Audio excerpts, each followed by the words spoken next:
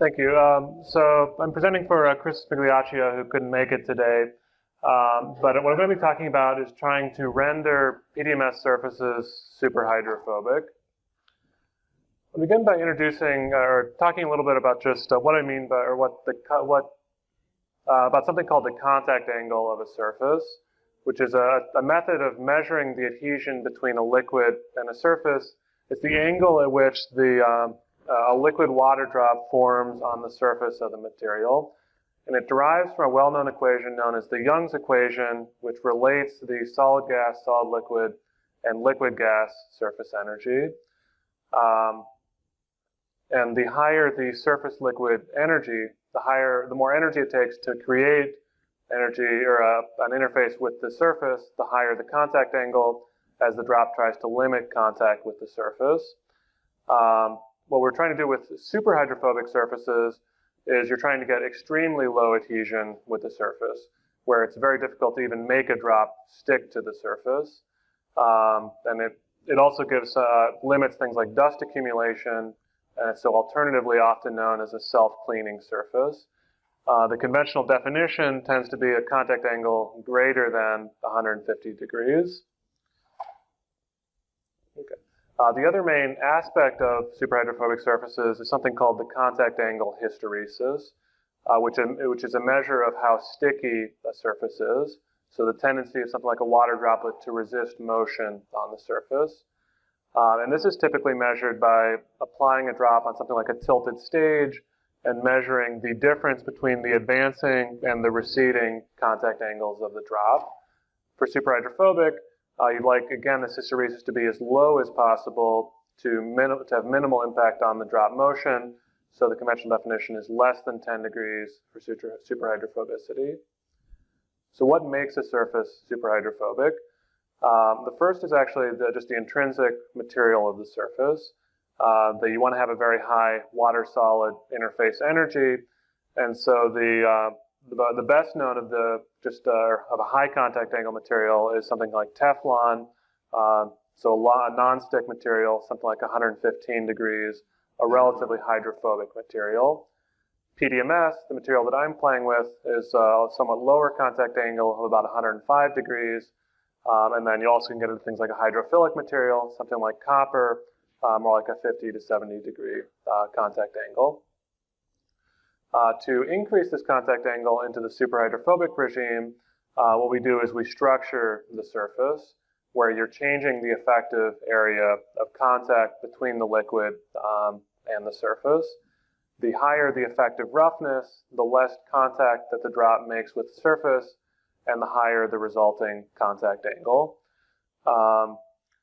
The other thing that really has a factor in superhydrophobicity is not only do you need the surface to be rough, but you'd also would like the roughness to occur on multiple different length scales. And the best known example of this is the natural lotus leaf, which has a combination of both nanostructures and microstructures to get a very, very high contact angle and very low hysteresis. So why are we interested in superhydrophobic PDMS? PDMS, as several of the talks previously have mentioned, is one of the most common polymers used for creating microfluidic channels for things like biological and chemical analysis. Typically it's formed, or with channels formed with soft lithography, mold casting, as with the previous talk. And for something like fluidic systems, you'd like to get a very, very low adhesion with the surface. And the reasons for this is, first, you lower the drag, the amount of pressure necessary to push liquids through the channels. Also, the self-cleaning property has an advantage because you have a lower chance of buildup residue or clogging of the system. Because it is a fairly important problem, there have been a number of past work in the area. The first of these was actually just casting PDMS off of the natural lotus leaf. That does work, but it's not all that well suited for making channels. Another technique I've seen is laser roughening, where you scan a laser back and forth on the surface to create this nanostructuring. That's a somewhat slower, more of a serial process, or something like using a plasma etching process to again roughen the surface. So what we're going for is trying to create a very low-cost, fast method for creating patterned superhydrophobic silicone. Okay. So in superhydrophobic surfaces, one of really the most common methods of generating superhydrophobic surfaces is to use oxidized copper. And the reason is that oxidized copper, during the oxidation process, forms nanostructures on the surface, either nanowires or other more complicated nanostructures. And so it's very commonly used for creating hierarchical superhydrophobic surfaces. What we were interested in is, could we mold off of this to create similarly superhydrophobic PDMS or silicone? The fabrication process we're using, beginning with just a basic silicon wafer, we electroplate a thick layer of copper on the surface, then pattern photoresist on the surface to define pillars, electroplate thicker copper up to the top of the photoresist, and this sort of defines the microstructures for the surface.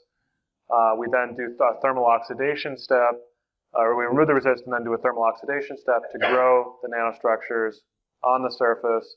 And then at this stage, we do a molding process of pouring silicone across the structure to actually make and then peel it off after curing to form the final PDMS structure. And then adding a thin layer of fluorocarbon on the surface actually renders the surface superhydrophobic. Okay. Another thing that I want to talk a little bit about is that with thermal oxidation, the way that we're making the copper, we do form this dense layer of cupric oxide nanowires on the structure. However, you also get a thicker cuprous oxide film underneath it. And the consequence of this for our molding process is that it results in a change in the pattern dimensions upon oxidation. That you actually get a volume expansion that changes your defined feature size. We oxidize the copper at 300 degrees Celsius for about 8 hours in this work. So we're expecting about 6 to 7 micron thick layer of copper oxide on the surface. Now, not all of that is a volume expansion because you are converting copper to copper oxide. So if you factor in this conversion, that gives you about a 3 to 4 micron outward expansion expected for this work. Okay, so this shows some of our surfaces. The top set of pictures shows the original electroplated copper mold. And one interesting feature of it is that during electroplating copper, you actually do get a fairly rough surface even before we do any kind of oxidation type steps. And the reason for this is you get a lot of very polycrystalline structure, and so you get things like grain boundaries, different crystalline growth rates, and so even at that stage there is a fair amount of roughness just inherent in that mold. In the middle picture shows after oxidation, and you can see that there's a dense network of wires extending off of the surface due to this oxidation process. On the bottom left shows the PDMS cast from the copper mold, where you can see there is some roughness, but not that much. For the PDMS cast off of the oxidized mold, there's somewhat finer features of roughness, but and so you do still get a significant amount of roughness. Okay. Another important aspect of the superhydrophobicity, as I mentioned, you want to have the drop in minimal contact with the surface. And so on a roughened surface, as I said, ideally you'd like to only have it in contact with the very tips of the structure. This is often known as the Cassie state for the drop. However, if you have a very sparse pattern where the roughness is very far apart, it's also very easy to get the water into the gaps between the structures, commonly known as the Wenzel state. And this has much less desirable fluidic characteristics because now you have a very high contact surface area, your drops are immobilized, and so you lose a lot of the benefits such as low drag. Now, there is also possible to get an intermediate state where it's partially getting in between the Cassie and the Wenzel state, partially wicking down in between the structures. Okay. And what defines whether it's Wenzel or Cassie state is primarily geometry dependent. that if they're very close together, it's difficult to force water droplets between the pillars. If they're far apart, it's much easier to get it more into the Wenzel state in between the structures. So in our work, we tested 6 different geometries. 2 of them are sparser patterns that tend to prefer the Wenzel state, and 3 through 6 are denser and tend to prefer the Cassi state. Now, this is not an absolute guarantee. It's just that the unpreferred state is a little less stable, a little harder to get it into that state. Okay. So the molded PDMS surfaces were measured using a goniometer in our lab, and we found that most of the surfaces, most of the sparser patterns, so surfaces 1 through 4, were found to have a contact angle greater than 150 degrees. 2 of the surfaces, the most sparse patterns, also had a hysteresis less than 10 degrees, and so we consider them truly superhydrophobic. Another interesting result is because of the roughness from the electroplated copper grains, even the unoxidized surfaces actually do quite well. That you can still get a contact angle greater than 150 degrees, even just from electroplated copper. And so the oxidation step in many cases may not even be necessary. To conclude, we've demonstrated a technique for using soft lithography to create nanomicro hierarchical structures in PDMS off of copper oxide. And using this technique, we've demonstrated some superhydrophobic surfaces based on this fabrication method. We also found that it is possible to get very close to superhydrophobicity even without using the oxidation due to the roughness of electroplated copper.